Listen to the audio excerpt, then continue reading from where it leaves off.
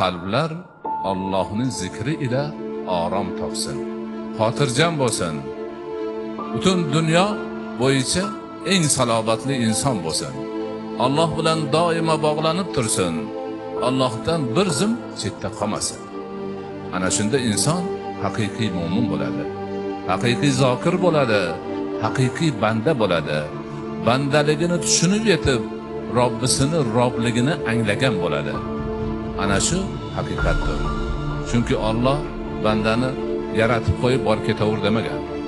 Yaratgan ham Alloh, tutib turadigan ham Alloh, har bir harakatidan xabardor ham Alloh, xayolidan nima kechayotganini biladigan ham Alloh.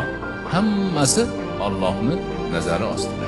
Bilib turibdi, ko'rib turibdi, hisobini qilib turibdi. Banda ana shungacha yarasha bo'lish kerak. Bir zum Allohning zikridan begona bo'lmasligi kerak. Doimiy ravishda Allohning zikri bilan qalbi bog'liq bo'lishi kerak. Zikr bandani Allohga bog'lab turadigan muhim omildir.